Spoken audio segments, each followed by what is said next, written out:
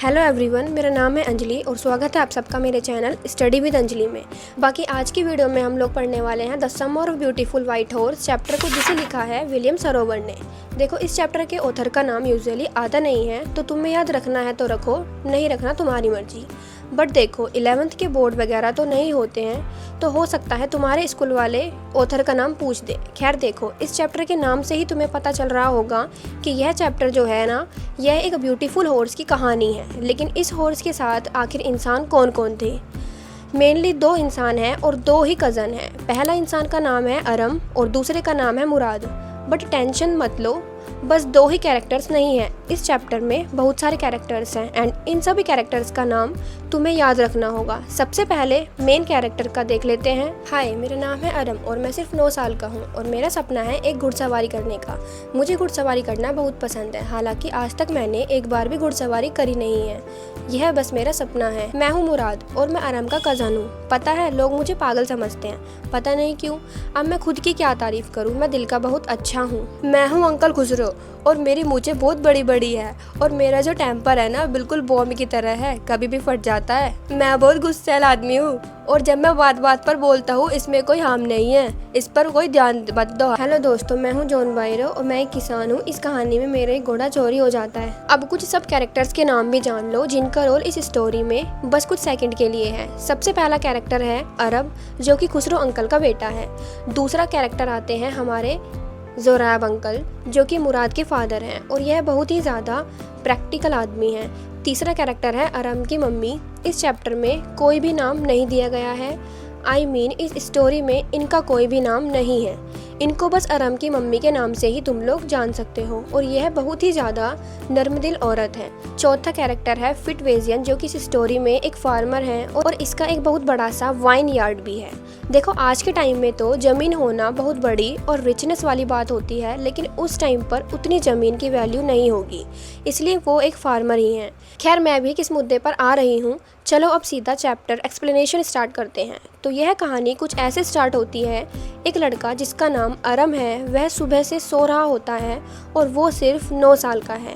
अरम की जो पूरी फैमिली है ना, वो अर्मेनिया से बिलोंग करती है और उनके फैमिली का गैर गैलन टाइट भी बोला जाता है। वैसे इनकी जो पूरी फैमिली है ना, ये बहुत ज़्यादा गरीब है। इनकी फैमिली में कोई भी अमीर नहीं है, लेकिन एक बात इनके बारे में सभी लोग जानते हैं, वो ये है कि ये लोग बहुत ज़्यादा ऑनेस्ट हैं। यानी कि गैर गैलन फैमिली के जितने भी लोग हैं ना, सभी बहुत ज़्यादा ऑनेस्ट हैं। ऑनेस्ट का मतलब ये हुआ कि इनमें से कोई भी आदमी ना तो झूठ बोलता है और ना चोरी करता है।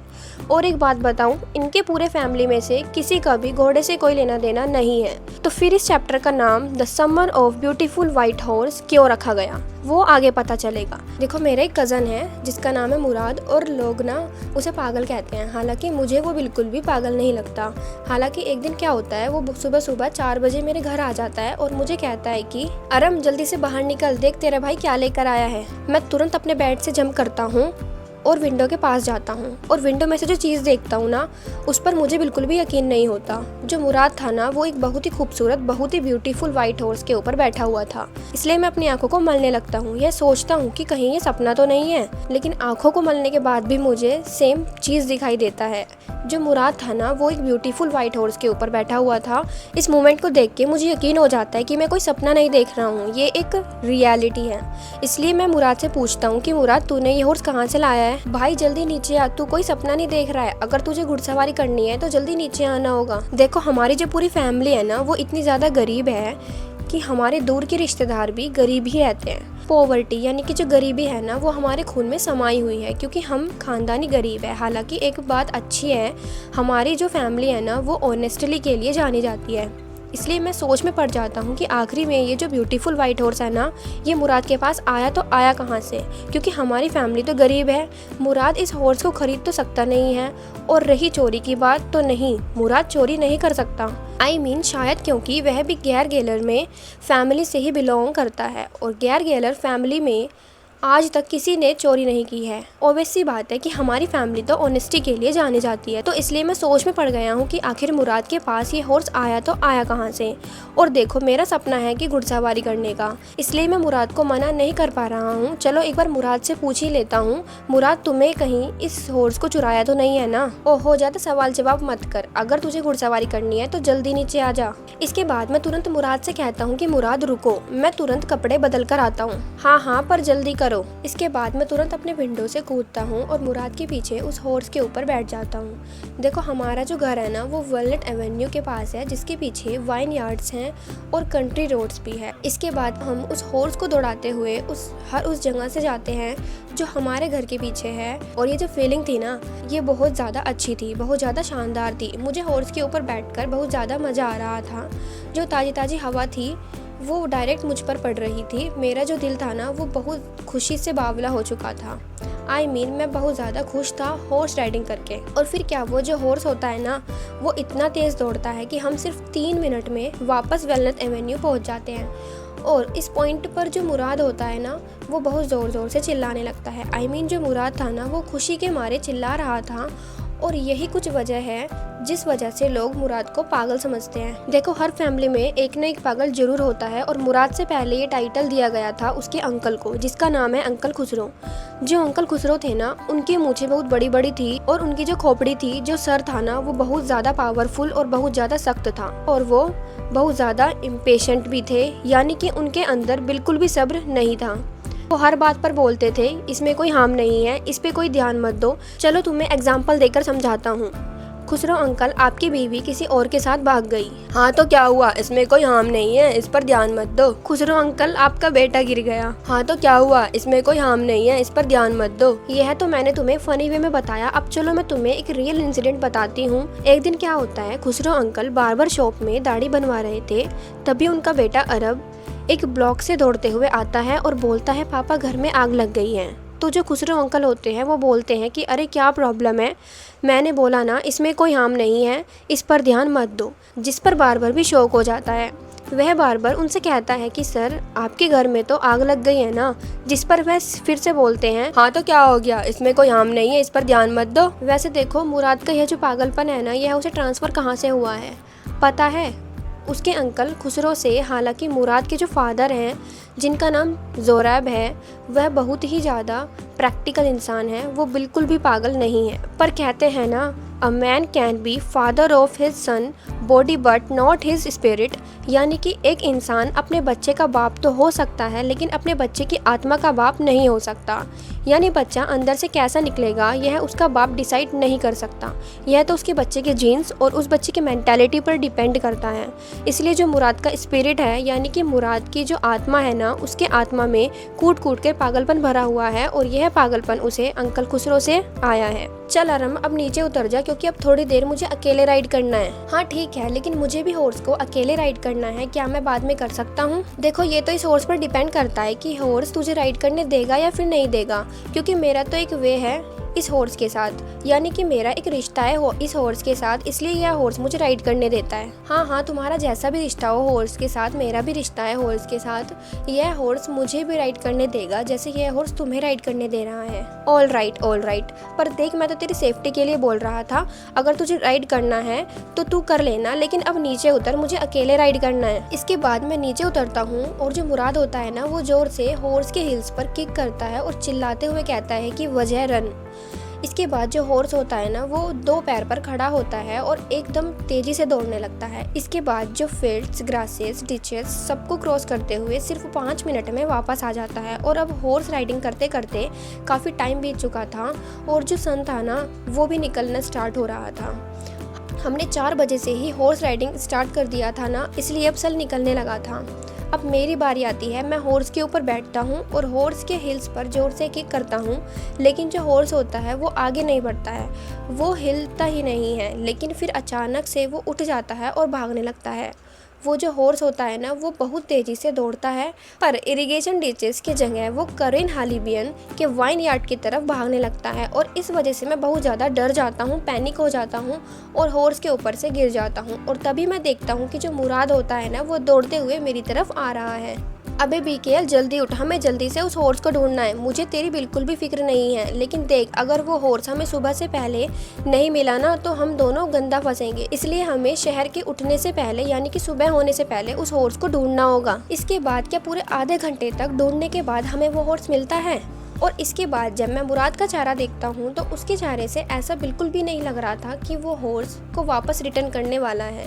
मुराद के चेहरे को देखकर ऐसा लग रहा था ना कि अब वो उस हॉर्स को कहीं छुपाने वाला है। इसलिए मैं मुराद से पूछता हूँ कि भाई तूने इस हॉर्स को कब से चुराया है और तू इस हॉर्स को कितने दिन में राइड कर रहा है। जिस पर जो मुराद होता है वो कहता है कि चोरी, तुमने तो मुझे इस हॉर्स के साथ आज सुबह से ही देखा है ना, तो तुम इसे चोरी कैसे कह सकते हो। अगर तुमसे कोई भी पूछता है कि तुम्हें झूठ बोलने की ज़रूरत नहीं है, लेकिन हाँ बस यह बोलना कि तुमने मुझे इस हॉर्स के साथ आज सुबह से ही देखा है। इससे यह फ़र्क नहीं पड़ता कि यह हॉर्स मेरे साथ कब से है, लेकिन तुम्हें जितना पता है तुम्हें बस उतना ही बोलना। इसके बाद दोनों मिलकर उस हॉर्स को एक डिजर्टेड बांध में छुपा देते हैं। डिजर्टेड बांध क्या होता है? एक खाली घर रहता है, तुम्हें स्क्रीन पर दिख रहा होगा। इस घर के अंदर यूजुअली फार्मिंग का सामान रखा हुआ होता है, या तो एनिमल्स को रखा जाता है जैसे कि पालतू गायें, भैंस, घोड़े वगैरह वगैरह। इंडिया में यूजुअली तुम्हें ये देखने को नहीं मिलेगा, बट फॉरेन कंट्रीज़ में ऐसे बहुत सारे होते हैं जिनके पास बड़े बड़े फील्ड्स होते हैं ना। उनके यहाँ ऐसी एक जगह होती है जिसे बांड बोलते हैं। तुम्हारे एग्ज़ाम में आए तो तुम लिख सकते हो, तुम अपने एग्ज़ाम में भी ऐसे वर्ड्स का यूज़ कर सकते हो। और यहाँ पर जो डेजर्ट बांड था ना, यह फिटवेजिन के वाइन यार्ड में था। और यह जो बांड था ना, यह अपने चारों तरफ ओट्स और ड्राई अल्फ़ा अल्फ़ा के प्लांट से भरा हुआ था। अब अल्फ़ा अल्फ़ा प्लांट्स कैसा दिखता है वह भी तुम्हें स्क्रीन पे दिख ही रहा होगा। इसके बाद क्या जो मुराद होता है ना, वो उसे हॉर्स को अल्फ़ा अल्फ़ा खिलाते हैं। देखो अरम, इस हॉर्स को समझना ना इतना आसान नहीं होता। सबसे पहले तुम्हें हॉर्स के साथ एक सिंपल लेकिन ऑनेस्ट रिश्ता बनाना होता है। हॉर्स का तुम पर ट्रस्ट करना बहुत ज़्यादा ज़रूरी है, तभी वो तुम्हें राइड करने देगा। अच्छा मुराद, मुझे कितना वक्त लगेगा इस हॉर्स के साथ रिश्ता बनाने में, क्योंकि मुझे भी इस हॉर्स के साथ रिश्ता बनाना है। हाँ अरम देख, मुझे नहीं लगता कि अभी तुम इन सारी बातों को समझ पाओगे। अभी तुम 9 साल के हो ना, तो शायद जब तुम 13 साल के हो जाओगे तब तुम समझ पाओगे। अभी तुम छोटे हो इसलिए नहीं समझ पाओगे। इसके बाद मैं ब्रेकफास्ट करने के लिए अपने घर चला जाता हूँ और उसी दिन उसी दोपहर को अंकल खुसरो मेरे घर आते हैं। और जो अंकल खुसरो थे ना, वो स्मोक करते करते अपने पुराने दिनों को याद कर रहे होते हैं। तभी वहाँ पर एक किसान जिसका नाम जॉन बायरो है, वो मेरे घर आता है और मेरी मम्मी उसके लिए चाय और टोबैको लेकर आती है ताकि अंकल खुसरो और जॉन बायरो दोनों मिलकर धूम्रपान कर सकें, दोनों मिलकर फूंक सके। तभी मैं सुनता हूँ कि जो जॉन बायरो होता है वो मेरी मम्मी से कहता है कि लास्ट मंथ उसका अस्तबल से एक घोड़ा चोरी हो गया है और वो घोड़ा एक बहुत ही खूबसूरत सा ब्यूटीफुल सा वाइट हॉर्स था। जॉन बायरो ये भी कहता है कि वो घोड़ा उसे अभी तक नहीं मिला है और वो इस चीज को लेकर बहुत ज्यादा परेशान है। हॉर्स का रोना भी कोई रोना है, हमने तो अपना घर खोया, तुम वो छोटे से हॉर्स के लिए रो रहे हो? क्या बेवकूफ आदमी है, इसमें कोई हार्म नहीं है, इस पे ध्यान मत दो। हो सकता है आपके लिए बहुत छोटी बात हो, लेकिन मेरे लिए बहुत बड़ी बात है, क्योंकि बिना घोड़े के हमारी जो बग्गी है वो किसी काम की नहीं है। और तो और वो घोड़ा जो था ना $60 का था, $60 का। घोड़े के बिना मैं क्या करूँगा, और ये तो बग्गी भी बेकार है। मैं हूँ अरम की मम्मी। जॉन, खुशरो अंकल का बुरा मत मानना, वो दिल के नरम है, बस उन्हें अपने घर की याद आती है इसलिए वो ऐसा बिहेव करते हैं। इसके बाद मैं दौड़कर मुराद के पास जाता हूँ। वो एक रॉबिन बर्ड के पैर को ठीक कर रहा होता है और वो उस दिन रॉबर्ट बर्ड से बात भी कर रहा होता है। मैं जल्दी से मुराद को जॉन बायरो के बारे में बताना स्टार्ट कर देता हूँ। मुराद देख, जॉन बायरो आज मेरे घर आया था और उसने हॉर्स के बारे में भी बताया। मुझे पता है ये हॉर्स उन्हीं का हॉर्स है, लेकिन मैं चाहता हूँ यार तो इस हॉर्स को अभी रिटर्न मत करना। जब तक हॉर्स राइडिंग सीख नहीं जाता तब तक इस हॉर्स को वापस मत करना। इसके बाद मैं उस बर्ड को जिसे मैं ठीक कर रहा था ना, उड़ाने की कोशिश करता हूँ। वो बर्ड 2 बार गिरती है लेकिन तीसरी बार में उड़ जाती है। ठीक है, ये बस 6 महीने इस हॉर्स को वापस मत दो प्लीज़ यार, मेरे लिए इतना तो कर ही सकते हो। इसके बाद क्या जो आराम और मुराद होता है ना, वो हर सुबह हॉर्स राइडिंग के लिए जाते हैं, लेकिन जो हॉर्स होता है वो बार बार आराम को नीचे गिरा दे रहा था और ये चीज़ अगले 2 हफ्ते तक लगातार चलती है। लेकिन एक दिन जब वो लोग फिटविजन के बांध में जब एक हॉर्स को छुपाने जा रहे थे ना, उन्हें रास्ते में जॉन बायरो दिखता है। इसमें जो मुराद होता है वो आराम से कहता है, डरो मत, मेरा एक वे है फार्मर्स के साथ, मुझे फार्मर्स से निपटना आता है, तुम टेंशन मत लो, कुछ नहीं होगा। इस मोमेंट पर जो आराम था ना, वो बहुत ज़्यादा डर रहा था। उसको लग रहा था कि अब तो पकड़े ही गए। Good morning John बायरो। Good morning मेरे दोस्त का बेटो। क्या मैं इस हॉर्स को एक बार देख सकता हूँ? वैसे इस हॉर्स का नाम क्या है? इस हॉर्स का नाम मैंने रखा है माई हर्ट, यानी कि मेरा दिल। ये तो काफी अच्छा नाम है एक हॉर्स के लिए। उसके बाद मैं उस हॉर्स के दांत देखता हूँ और मैं कह सकता हूँ कि ये जो हॉर्स है ना, ये मेरे हॉर्स का जुड़वा है। मुझे पता है तुम गैरगेलियन फैमिली से बिलोंग करते हो और तुम्हारी फैमिली ऑनेस्टी के लिए जानी जाती है। अगर तुम दोनों के अलावा इस हॉर्स पर कोई और बैठा ना, तो मैं मान लेता इस हॉर्स को कि किसी ने चुराया है। लेकिन क्योंकि तुम लोग गैरगेलियन फैमिली से हो, तो मुझे लगता है कि तुमने इस हॉर्स को चुराया नहीं है, कि ये हॉर्स बिल्कुल मेरे हॉर्स का जुड़वा है।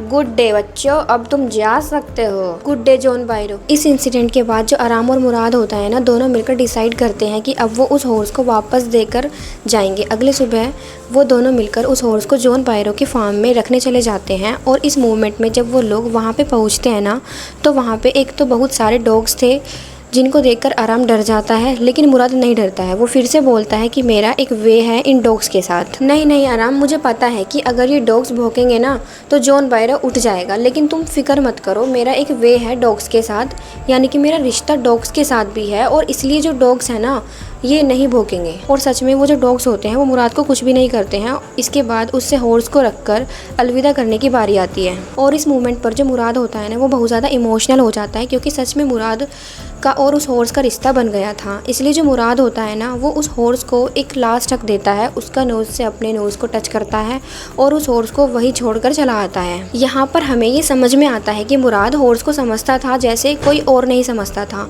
यानी कि मुराद का और हॉर्स का एक बहुत ही मैजिकल बॉन्ड था। फिर उसी दिन जॉन बायरो अपने बगी में उस हॉर्स के साथ आराम के घर आता है। आराम के घर आकर बोलता है, देखो मेरा हॉर्स मुझे मिल गया, और ये हॉर्स पहले से भी ज़्यादा स्वस्थ है, यानी कि मेरा जो हॉर्स है ना ये पहले से भी ज़्यादा स्ट्रॉन्ग है, और अब ये मुझे वापस मिल चुका है। इस मोमेंट पर जो जॉन बायरो था ना, उसकी खुशी एकदम नेक्स्ट लेवल पर पहुंच चुकी थी। आराम की मम्मी, मेरा हॉर्स मुझे वापस मिल गया है, और जो मेरा घोड़ा है ना वो पहले से भी ज़्यादा स्वस्थ, पहले से भी ज़्यादा तंदुरुस्त है। ऐसा लग रहा है कि पिछले 1 महीने में वो बिल्कुल भी कमज़ोर नहीं पड़ा है, वो तो पहले से भी स्ट्रॉन्ग है। अब तो हॉर्स मिल गया ना, इस पर ध्यान मत दो। तो इस तरह जो ये स्टोरी होती है ना, ये ख़त्म होती है। और यहाँ पर हमें पता चलता है कि आराम और मुराद जो होते हैं ना, इन्होंने टेक्निकली हॉर्स को चुराया नहीं। भले ही काफ़ी वक्त तक वो हॉर्स जॉन बायरो से दूर रहा, तो तुम इसे चोरी भी कह सकते हो, बट क्योंकि उनका इंटेंशन गलत नहीं था और उन्होंने हॉर्स को वापस रिटर्न कर दिया, और इस तरह से आराम और मुराद ने अपनी फैमिली की, अपनी गर्गियन फैमिली की इज्जत बचा ली। मोरल यह है कि ऑनेस्टी जो होती है ना वो हमेशा जीतती है। और सबसे इम्पोर्टेंट इस चैप्टर का मोरल यह है कि थोड़ा सा पागलपन होना चाहिए, क्योंकि अगर लाइफ को एंजॉय करना है ना तो थोड़ा सा पागलपन भी इम्पोर्टेंट होता है। चलो मिलते हैं अब नेक्स्ट वीडियो में। Subscribe the channel and share with your friends.